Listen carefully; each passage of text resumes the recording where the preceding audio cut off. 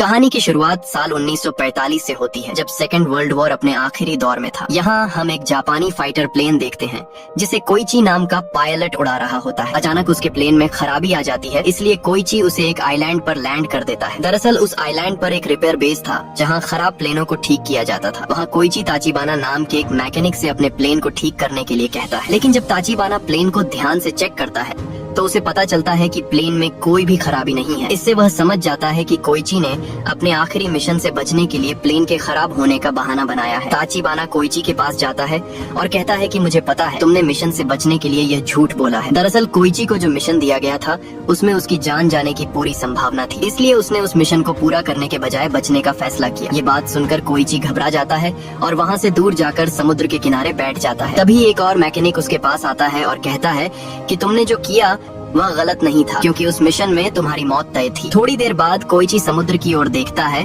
और वहाँ कुछ मछलियों को तैरते हुए नहीं बल्कि मरी हुई हालत में पानी के ऊपर तैरते हुए देखता है। यह देखकर उसे थोड़ा अजीब लगता है, लेकिन वह इस पर ज्यादा ध्यान नहीं देता। धीरे धीरे रात हो जाती है और कोइची वापस बेस पर लौट आता है। तभी अचानक वहाँ इमरजेंसी अलार्म बजने लगता है, जिससे सभी लोगों को लगता है कि दुश्मन उन पर हमला करने वाले हैं। लेकिन जब वे सर्च लाइट से आसपास देखते हैं तो उन्हें समुद्र की ओर से आता हुआ एक बहुत बड़ा और डरावना क्रीचर दिखाई देता है। इस खतरनाक जीव का नाम गॉडजिला था। उसका विशाल आकार और भयानक रूप देखकर वहाँ मौजूद सभी लोग डर जाते हैं और अपनी जान बचाने के लिए इधर उधर छिपने लगते हैं। इसी दौरान ताचिबाना कोइची से कहता है कि तुम एक फाइटर पायलट हो और तुम्हें अपने प्लेन में बैठकर गॉडजिला पर हमला करना चाहिए। ये सुनकर कोइची अपने प्लेन में जाकर बैठ जाता है, लेकिन जैसे ही गॉडजिला उसके बिल्कुल सामने आ जाता है कोइची डर से कांपने लगता है। वह इतना घबरा जाता है कि गोली चलाने की हिम्मत ही नहीं कर पाता। यह देखकर ताचिबाना और उसके बाकी साथी अपनी गनों से गॉडजिला पर फायरिंग शुरू कर देते हैं। इससे गॉडजिला बेहद गुस्से में आ जाता है। वह अपने रास्ते में आने वाले लोगों को पकड़ पकड़ कर मारने लगता है और कुछ को तो वह निगल भी जाता है। कुछ ही पलों में वह पूरे रिपेयर बेस को तबाह कर देता है। उधर कोइची डर के कारण अभी भी अपने प्लेन में ही बैठा रहता है। तभी गॉडजिला उसके प्लेन की ओर बढ़ता है और उसे उठाने की कोशिश करता है। यह देखकर कोइची तुरंत प्लेन से कूदकर बाहर आ जाता है। गॉडजिला प्लेन को उठाकर दूर फेंक देता है, जिससे जोरदार धमाका होता है और उस धमाके के असर से कोइची बेहोश हो जाता है। अगली सुबह जब कोइची को होश आता है तो वह चारों तरफ तबाही का मंजर देखता है। उसके लगभग सभी साथी मारे जा चुके थे, लेकिन ताचिबाना किसी तरह जिंदा बच गया था और वह सभी की लाशों को इकट्ठा करके एक जगह रख रहा था। जब ताचिबाना की नजर कोइची पर पड़ती है तो वह बेहद गुस्सा हो जाता है। वह उससे कहता है कि अगर तुमने गॉडजिला पर हमला किया होता तो शायद हमारे साथियों की जान बच सकती थी। ये बात सुनकर कोइची के दिल में गहरा पछतावा भर जाता है और उसे अपने फैसले पर बहुत दुख होने लगता है। कुछ समय बाद युद्ध खत्म हो जाता है और सभी सैनिक अपने अपने घर लौटने लगते हैं। कोइची भी अपने घर वापस आता है, लेकिन वहाँ पहुंचकर वह देखता है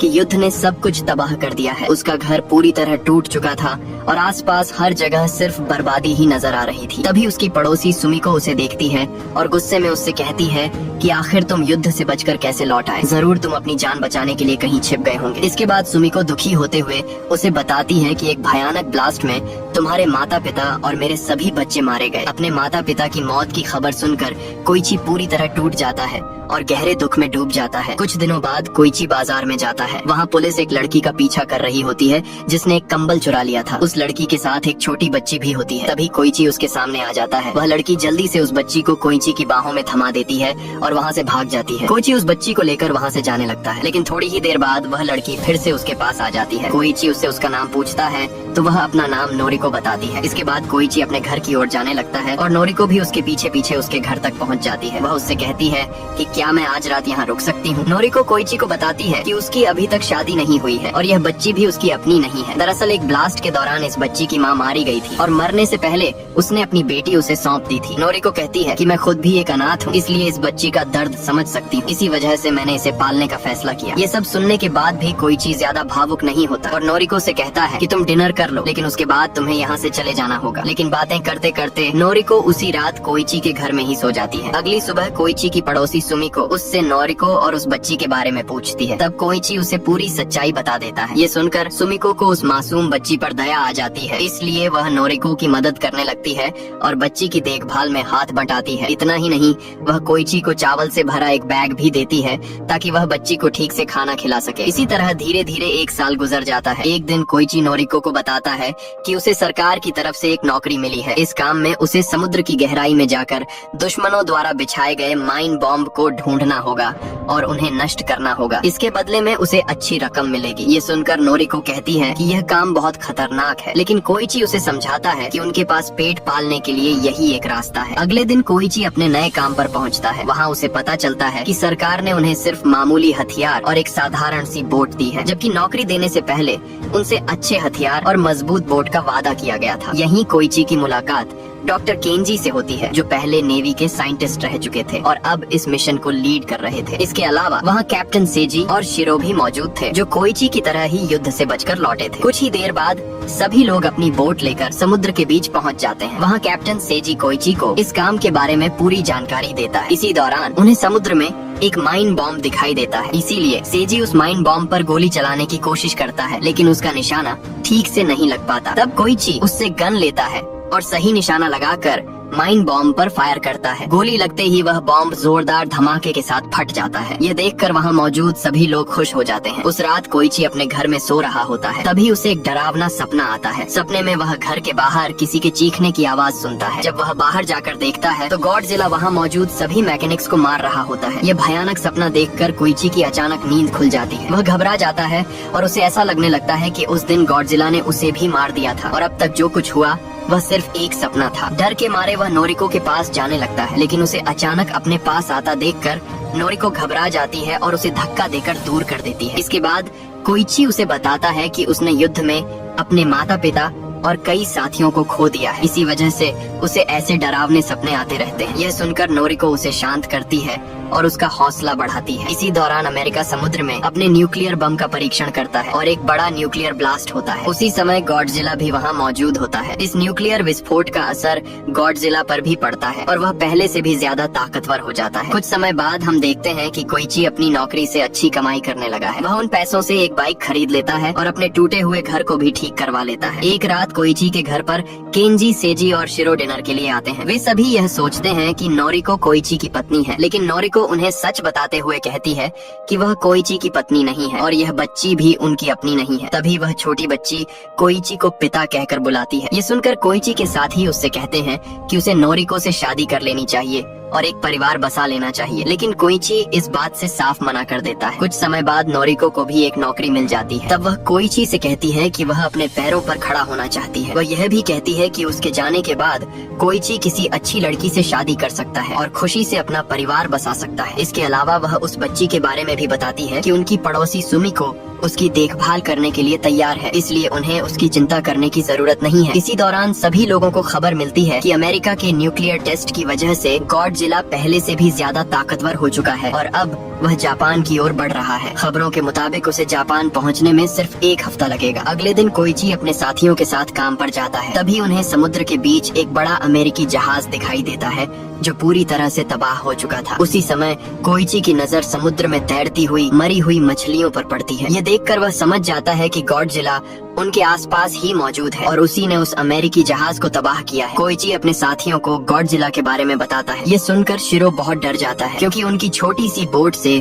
गॉडजिला जैसे विशाल राक्षस से लड़ना लगभग नामुमकिन था। इसीलिए वे लोग वहाँ से भागने के बारे में सोचते हैं। लेकिन तभी अचानक गॉडजिला समुद्र के पानी से बाहर निकल आता है और उनकी ओर बढ़ने लगता है। तुरंत ही केंजी और कोइची समुद्र में माइन बॉम्ब फेंक देते हैं ताकि वह गॉडजिला के पास जाकर फट जाए, लेकिन गॉडजिला पर उस माइन बॉम्ब का कोई असर नहीं होता। यह देखकर कोइची उस पर मशीन गन से गोली चलाने लगता है, लेकिन गोलियों का भी गॉडजिला पर कोई खास असर नहीं पड़ता। तभी केंजी एक और बॉम्ब पानी में डाल देता है, लेकिन उसे ब्लास्ट करने वाला तार टूट जाता है। ऐसे में कोइची उस बॉम्ब पर गोली चलाकर उसे विस्फोट करने की कोशिश करता है। संयोग से वह बॉम्ब गॉडजिला के मुंह के पास पहुंच जाता है और कोइची की गोली लगते ही जोरदार धमाके के साथ फट जाता है। इस धमाके से गॉडजिला की एक आंख और उसके मुंह का बड़ा हिस्सा बुरी तरह क्षतिग्रस्त हो जाता है, लेकिन कुछ ही पलों में गॉडजिला के घाव अपने आप भरने लगते हैं। ये देखकर सभी हैरान रह जाते हैं। गुस्से से भरा गॉडजिला पानी से बाहर निकल आता है और उनकी बोट पर हमला करने लगता है। इसी दौरान वहाँ जापान की सेना भी पहुँच जाती है और गॉडजिला पर अंधाधुंध गोलियां चलाने लगती लगती है। इससे गॉडजिला और भी ज्यादा क्रोधित हो जाता है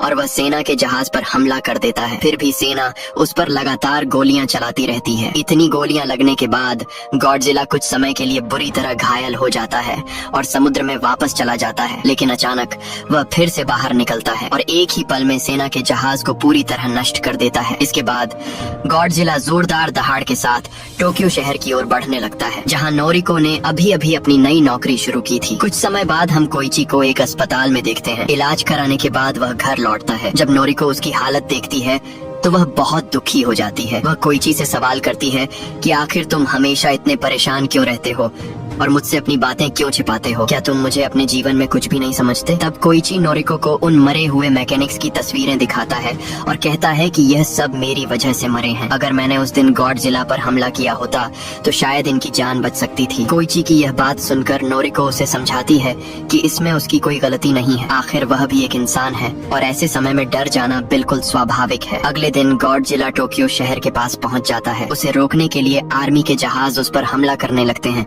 लेकिन गॉडजिला पर इसका कोई असर नहीं होता। उसी समय कोइची अपने घर पर होता है। रेडियो से उसे पता चलता है कि गॉडजिला टोक्यो शहर की ओर बढ़ रहा है। ये सुनकर उसे नोरिको की चिंता होने लगती है। दूसरी तरफ गॉडजिला टोक्यो पहुंचकर भयानक तबाही मचाने लगता है। इसी दौरान उसकी नजर एक ट्रेन पर पड़ती है और वह उसे उठाकर तोड़ने लगता है। संयोग से उसी ट्रेन में नोरिको भी मौजूद होती है। अपनी जान बचाने के लिए वह तुरंत पानी में कूद जाती है। अब गॉडजिला अपने सामने आने वाली हर चीज को नष्ट करने लगता है। इसी बीच कुछ न्यूज रिपोर्टर एक इमारत की छत पर खड़े होकर गॉडजिला की तस्वीरें ले रहे होते हैं, लेकिन गॉडजिला वहां पहुंचकर उस पूरी बिल्डिंग को ही तबाह कर देता है, जिससे वे सभी मारे जाते हैं। इधर कोइची भी टोक्यो पहुंच जाता है। वह नोरिको को ढूंढ लेता है और उसे वहां से अपने साथ ले जाने लगता है। तभी वहां आर्मी पहुंच जाती है और टैंकों से गॉडजिला पर हमला करने लगती है, लेकिन गॉडजिला पर इसका भी कोई असर नहीं पड़ता, बल्कि अब उसके शरीर से चमकते हुए पंख जैसे हिस्से बाहर निकलने लगते हैं और कुछ ही पलों में उसके मुंह से तेज न्यूक्लियर रोशनी निकलने लगती है। गॉडजिला के मुंह से निकली उस भयानक ऊर्जा की वजह से शहर में एक भयानक न्यूक्लियर ब्लास्ट हो जाता है और टोक्यो का अधिकतर हिस्सा तबाह हो जाता है। इसी दौरान गॉडजिला अपने मुंह से न्यूक्लियर ऊर्जा की एक तेज लहर नोरिको की ओर फेंक देता है। यह देखकर नोरिको तुरंत कोइची को जोर से धक्का देकर दूर कर देती है और खुद उस भयानक लहर की चपेट में आ जाती है। कुछ ही पलों में वह उस धमाके में मारी जाती है। यह सब देखकर कोइची वहीं घुटनों के बल गिर जाता है और नोरिको की मौत से पूरी तरह टूट जाता है। इसके बाद गॉडजिला वहां से दहाड़ता हुआ आगे बढ़ जाता है। कोइची गुस्से और दर्द से भरा उसे जाते हुए देखता है और जोर जोर से चिल्लाने लगता है। कुछ समय बाद न्यूज में बताया जाता है कि गॉडजिला के इस हमले में लगभग 30,000 लोग मारे गए और करीब 20,000 इमारतें पूरी तरह नष्ट हो गईं। उधर कोइची और उसके सभी साथी नोरिको की मौत से बेहद दुखी थे। इसी दौरान केंजी कोइची को बताता है कि सरकार ने गॉडजिला को मारने के लिए कुछ खास लोगों को चुना है, जिनमें वे लोग भी शामिल हैं। इसके बाद कोइची और उसके साथी एक मीटिंग में जाते हैं, जहां सेना के कैप्टन ने उन सभी लोगों को बुलाया था जिन्हें सरकार ने गॉडजिला को खत्म करने के लिए चुना था। कैप्टन वहां मौजूद सभी लोगों से कहता है कि इस लड़ाई में हमारी मदद करने वाला कोई नहीं है, इसलिए हमें खुद ही मिलकर गॉडजिला को हराना होगा। तभी केंजी अपना प्लान बताते हुए कहता है कि हमें गॉडजिला को समुद्र के सबसे गहरे हिस्से के ऊपर लाना होगा और उसके शरीर के अलग अलग हिस्सों पर गैस सिलेंडर बांधने होंगे ताकि वह पानी से ऊपर ना आ सके और समुद्र की गहराई में खींचता चला जाए। इस तरह गॉडजिला को लगभग 1500 मीटर की गहराई तक डुबो दिया जाएगा, जहां दबाव के कारण उसकी मौत हो सकती है। ये सुनकर कोइची उससे पूछता है कि क्या यह प्लान सच में गॉडजिला को मार देगा। इस पर केंजी कहता है कि मैं इसकी पूरी गारंटी नहीं दे सकता, लेकिन मेरे पास एक दूसरा प्लान भी है। केंजी अपना दूसरा प्लान बताते हुए कहता है कि जब गैस सिलेंडर गॉडजिला को समुद्र की गहराई में ले जाएंगे, तब उन सिलेंडरों से बड़े बड़े गुब्बारे बाहर निकलने लगेंगे। इससे गॉडजिला अचानक तेजी से ऊपर की ओर खींचने लगेगा और पानी के दबाव में हुए इस तेज बदलाव को उसका शरीर सहन नहीं कर पाएगा। इसी समय हम उस पर बमों से हमला करेंगे, जिससे उसकी मौत हो सकती है। केंजी का यह प्लान सुनकर कुछ लोगों को यह बहुत खतरनाक लगता है, इसलिए वे लोग वहां से चले जाते हैं। लेकिन ज्यादातर लोग इस योजना का समर्थन करते हैं, क्योंकि वे अपने देश को बचाने के लिए एकजुट होकर लड़ना चाहते थे। कुछ समय बाद कोइची और उसके तीनों साथी एक बार में बैठे होते हैं। वहाँ केंजी उन्हें बताता है कि गॉडजिला को अपने जाल में फंसाने के लिए वे उसकी दहाड़ की रिकॉर्डिंग चलाएंगे। उस आवाज को सुनकर गॉडजिला टोक्यो की ओर खींचा चला आएगा और तभी वे उसे अपने ट्रैप में फंसाने की कोशिश करेंगे। तभी कोइची कहता है कि उसे एक फाइटर प्लेन चाहिए, ताकि जब गॉडजिला शहर में आए तो वह उस पर हमला करके उसका ध्यान बाकी लोगों से हटा सके। ये सुनकर केंजी बताता है कि उसके पास एक फाइटर प्लेन है, लेकिन उसे ठीक करने के लिए एक अच्छे मैकेनिक की जरूरत पड़ेगी। ये सुनते ही कोइची को ताचिबाना का ख्याल आता है, इसलिए वह उसे ढूंढने का फैसला करता है। लेकिन उसे ताचिबाना का सही पता नहीं मिलता, इसीलिए वह कई अलग अलग पथों पर चिट्ठियां भेजना शुरू कर देता है ताकि किसी तरह उनमें से कोई चिट्ठी ताचिबाना तक पहुंच जाए। एक दिन अचानक किसी ने कोइची पर हमला कर दिया, जिससे वह बेहोश हो गया। जब उसे होश आता है तो वह अपने सामने ताचिबाना को खड़ा पाता है। दरअसल ताचिबाना ने ही उस पर हमला करके उसे बेहोश किया था और अपने घर ले आया था। वह कोइची के भेजे हुए सभी लेटर्स पढ़ चुका था और उसी वजह से वह उससे बेहद गुस्सा था, क्योंकि कोइची ने अपने लेटर्स में लिखा था कि आइलैंड पर जितने भी लोग मारे गए थे उनका जिम्मेदार ताचिबाना है। दरअसल कोइची ने ऐसा जानबूझकर लिखा था ताकि ताचिबाना को गुस्सा आए और वह उसे ढूंढते हुए उसके पास आ जाए। यहाँ कोइची ताचिबाना को गॉडजिला को मारने वाला पूरा प्लान बताता है और कहता है कि वह अपनी गलती सुधारना चाहता है। अगर वे गॉडजिला को मार देंगे तो देश में रहने वाले लाखों लोगों की जान बच सकती है। कोइची की यह बात सुनकर आखिरकार ताचिबाना उसकी मदद करने के लिए तैयार हो जाता है। इसके बाद सभी लोग मिलकर गॉडजिला को मारने वाले मिशन की तैयारी शुरू कर देते हैं। इसी दौरान केंजी सभी लोगों से कहता है कि मिशन से पहले वे अपने परिवार के साथ एक रात जरूर बिताएं, क्योंकि इस मिशन में उनकी जान भी जा सकती है। वहीं केंजी और सेजी शिरो से कहते हैं कि उसे इस मिशन पर नहीं आना चाहिए, क्योंकि वह पहले से ही घायल है। लेकिन शिरो जिद करने लगता है कि वह भी इस मिशन का हिस्सा बनेगा। इधर ताचिबाना फाइटर प्लेन को ठीक करने में लगा हुआ होता है। दूसरी ओर कोइची अपने घर पर होता है। तभी छोटी बच्ची उसे एक पेंटिंग देती है जिसमें उसने कोइची और नोरिको की तस्वीर बनाई होती है। पेंटिंग देने के बाद वह बच्ची रोने लगती है और कहती है कि उसे नोरिको की बहुत याद आ रही है। ये सुनकर कोइची भी भावुक हो जाता है। इसके बाद वह बच्ची को सुला देता है और उसके पास एक चिट्ठी रखकर घर से निकल जाता है। अगली सुबह जब बच्ची उठती है तो वह चिट्ठी सुमिको को दे देती है। जब सुमिको उस चिट्ठी को खोलती है तो उसमें कुछ पैसे रखे होते हैं। चिट्ठी में कोइची ने लिखा होता है कि अब तुम्हें इस बच्ची का ख्याल रखना होगा। यह पढ़कर सुमिको समझ जाती है कि कोइची ऐसे मिशन पर गया है जहां से जिंदा लौटने की उम्मीद बहुत कम है। उधर ताचिबाना कोइची को बताता है कि उसने फाइटर प्लेन को पूरी तरह ठीक कर दिया है और उसके कुछ जरूरी पार्ट्स भी बदल दिए हैं। इसके अलावा ताचिबाना ने प्लेन में सभी जरूरी हथियार भी फिट कर दिए होते हैं। अब वह कोइची को मोटिवेट करते हुए उसे याद दिलाता है कि किस तरह गॉडजिला ने उनके मैकेनिक साथियों और नोरिको को मार डाला था। इसलिए अब गॉडजिला को मारकर उन्हें उन सभी लोगों की मौत का बदला लेना होगा। अगले दिन सभी लोग मिशन के लिए तैयार होकर पहुंच जाते हैं। गॉडजिला को बुलाने के लिए वे समुद्र में एक खास डिवाइस डाल देते हैं। उस डिवाइस से निकलने वाली आवाज सुनकर गॉडजिला टोक्यो की ओर आ जाता है और रास्ते में एक शिप को उठाकर फेंक देता है। तभी कोइची अपना फाइटर प्लेन लेकर गॉडजिला के पास पहुंच जाता है। दूसरी ओर केंजी सभी लोगों को अपने प्लान के मुताबिक आगे बढ़ने का आदेश देता है। इधर कोइची गॉडजिला का ध्यान भटकाने के लिए उस पर लगातार गोलीबारी शुरू कर देता है। इससे गॉडजिला गुस्से में आ जाता है और प्लेन का पीछा करने लगता है। इसी तरह वह समुद्र के उस हिस्से में पहुंच जाता है जहां केंजी ने उसके लिए जाल बिछाया था। वहां गॉडजिला को 2 शिप दिखाई देते हैं, लेकिन उन पर कोई इंसान मौजूद नहीं होता। गुस्से में आकर गॉडजिला अपनी न्यूक्लियर लाइट से उन शिप्स पर हमला कर देता है, जिससे जोरदार धमाका होता है और उस धमाके से गॉडजिला को भी कुछ चोट लग जाती है। इसी बीच केंजी अपने प्लान के मुताबिक बाकी लोगों के साथ मिलकर गैस सिलेंडर्स को समुद्र में डालना शुरू कर देता है। केबल की मदद से वे सिलेंडर्स को गॉडजिला के शरीर से बांध देते हैं। इस दौरान कोइची लगातार गॉडजिला पर गोलियां चलाता रहता है ताकि उसका ध्यान केंजी और बाकी लोगों की शिप्स पर न जाए। जैसे ही गॉडजिला अपनी न्यूक्लियर लाइट से हमला करने वाला होता है, तभी सिलेंडर्स उसे खींचकर समुद्र की गहराई में ले जाने लगते हैं। लेकिन इससे भी गॉडजिला की मौत नहीं होती। इसलिए केंजी अपने दूसरे प्लान के मुताबिक सिलेंडर से जुड़े बड़े बड़े गुब्बारों को फुला देता है ताकि गॉडजिला तेजी से ऊपर आ जाए। लेकिन गॉडजिला उन गुब्बारों को फोड़ देता है। ऐसे में केंजी और उसके साथी शिप्स में लगी बड़ी क्रेन की मदद से गॉडजिला को ऊपर खींचने की कोशिश करने लगते हैं, जिससे उनकी एक क्रेन टूटकर गिर जाती है। तभी शिरो भी कुछ लोगों के साथ वहां पहुंच जाता है और गॉडजिला को खींचने में केंजी की मदद करने लगता है। काफी मेहनत के बाद आखिरकार गॉडजिला दोबारा समुद्र से बाहर आ जाता है। अब वह बहुत ज्यादा घायल दिखाई दे रहा होता है। इसके बाद गॉडजिला फिर से अपनी न्यूक्लियर लाइट छोड़ने की तैयारी करने लगता है